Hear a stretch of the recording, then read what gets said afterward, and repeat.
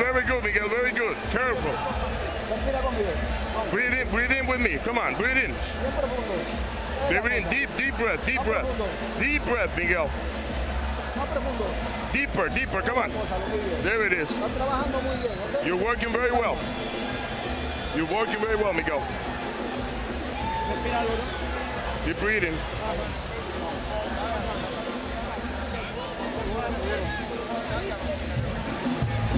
Miguel Cotto was able to bloody the nose of Michael Jennings and did it with a crisp jab that pushed him back, and you see him dabbing at the nose. Take a look at the replay there. Solid jab, and then he tries to follow it up, and you'll see how he tries to paw at it there. Trying to use the jab to keep Miguel Cotto away was Michael Jennings. Round 4 of this 12-round WBO welterweight championship fight from Madison Square Garden in New York. Cotto, we mentioned using the jab there to bloody the nose of Jennings. He landed 11 of 19 jabs in the last round, so that's... And when Cotto does use his jab, as with most fighters, it makes him much more effective. Speaking of the Antonio Margarito fight, Miguel Cotto told us that when it happened, he thought he was invincible, basically, and he made the mistake, and he learned the hard way that you're not invincible, and that was a learning experience, and that he's trying to grow from that and really become a better fighter in the ring. And we've seen that tonight, more measured, a very pensive fighter tonight, not the normal aggressiveness that you expect, but I think it's a matter of time, Charlie, until he becomes that fighter. And that was a fascinating explanation in talking with Cotto the other day. In his fight with Margarito, he was clearly in control the first 6 rounds, and then the fight took a sudden U-turn in the 7th. And we asked Cotto about it. Suddenly, I lost my legs. Well, he boxed very well over those first rounds. Now, Michael Jennings in this round has measured Cotto better with his jabs to get the right hands. Now, clearly, while Jennings is throwing a lot of jabs, he's not landing many. If he were landing more, he probably would be getting that right hand in a little better. But Jennings has whistled a couple of right hands past the head of Cotto, so he's getting that punch in a bit more, and there's a nice jab from Jennings. And to that end, something you were talking about earlier, Al, the steady improvement of Cotto as a defensive fighter. They exchange right hands there. And for Jennings, that's good news, believe it or not, because you want to make Cotto beat you with the right hand, which he might, but you'd rather have him try to do that than with the left hook. And Jennings gets in yet another right. Oh, and a left hook! Jennings is in trouble! And it's the hook to the body that puts him down finally here in the 4th round. He hurt him with the left upstairs, but it was the hook to the body that finally buckled his knees.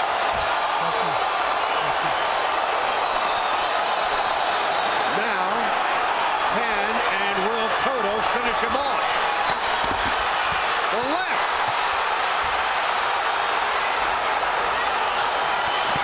Jennings has never been stopped, but that may end tonight. Another body shot puts Jennings to the canvas. 5, 6, 7, 8. He switched to the southpaw stance, and he did it both ways with the same shot. Let's see if he can finish him off. The natural lefty is going to his A material. Jennings just trying to hold on for the end of the 4th round.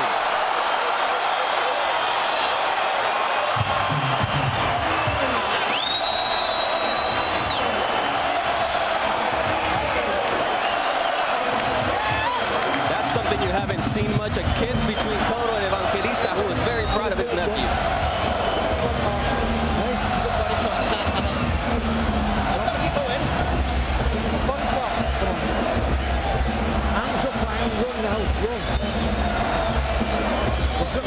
Ironically, this all started after a good right hand was landed by Jennings, but Miguel Cotto was able to get in his own left. A good right by Jennings, but here comes the hook from Cotto. We mentioned you want to not get hit with that left hook, and the left to the body did as much damage and ultimately sent him down. And here we take a look. He's now in the left, the southpaw stance, and there he connects once again to the body.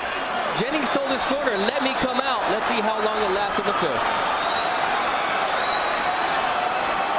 Now will Cotto try to quickly put him away or be methodical at the beginning of round 5? You know, this all came because Jennings rightfully took more chances to land some right hands and did land them, but couldn't hurt Cotto, and instead Cotto ended up countering him with the left hook. Until Jennings plants his feet and gets off his toes, he's not going to earn Cotto's respect. And at this point, he's got to either do that or really just run the rest of the fight. He tried that in the last round, and that's when he landed that straight right hand, and it was a good punch. But the problem is Cotto was able to counter him, so he's got to find some combination of the two that will work. In Cotto's previous 33 fights, they have lasted an average of about 6.5 rounds. And we're in the middle of round 5. Certainly the toughest moment of Jennings' pro career right now, having been to the canvas twice and now trying to sustain here. And one place he can't be is against those ropes.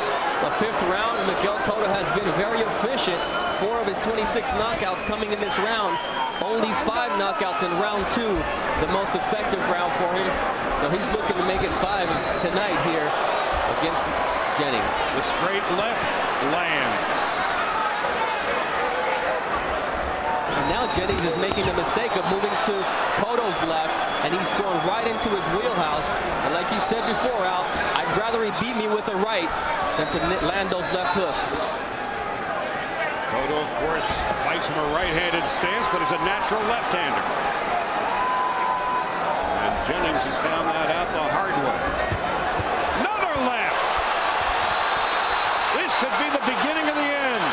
Jennings threw an uppercut, left himself open for the hook, and Cotto obliged.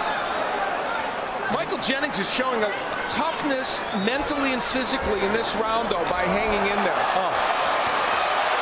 He's about to go down for another 3rd time here now in the 5th round. Jennings goes down for the 3rd time tonight. 4, 5, 6, 7. Referee Benji Estevez. 9. It's over. It's over.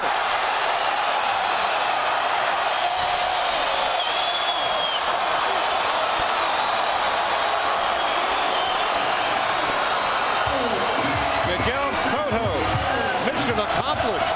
He's back.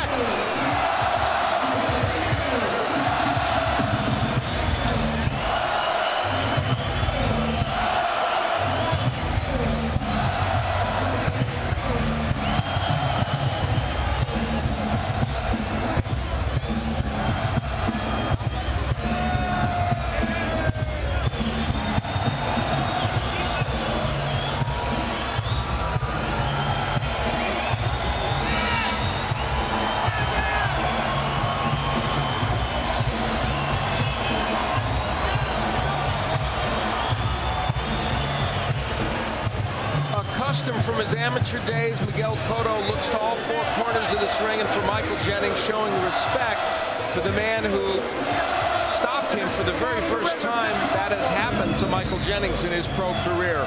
A gritty performance by Jennings, but not one that could get him a win tonight. Cotto showing no rust whatsoever after the longest layoff of his career, 208 days. Was this the kind of performance he wanted, the boxing community needed to get Cotto back in the saddle? Well, he performed very well, and he wanted a convincing win, and clearly it became that because of the 3 knockdowns ultimately and the stoppage of Michael Jennings. We look back, and Cotto ripping shots on the inside. This was where Jennings would go down for the 3rd time in this fight. And Jennings was hit with body shots and good shots to the head.